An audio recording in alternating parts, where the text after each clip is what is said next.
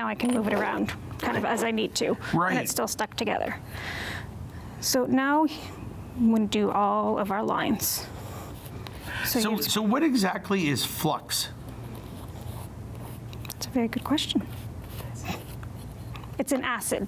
Okay. That will, it cleans everything, like I said. Okay. All right, so I usually kind of start with the edges, just so my piece has strength when I'm moving it around. So you just kind of hold it there and just pull along the edge as you go. And when you're gonna do the center pieces, you want to give a little bead. Okay. So it looks pretty. There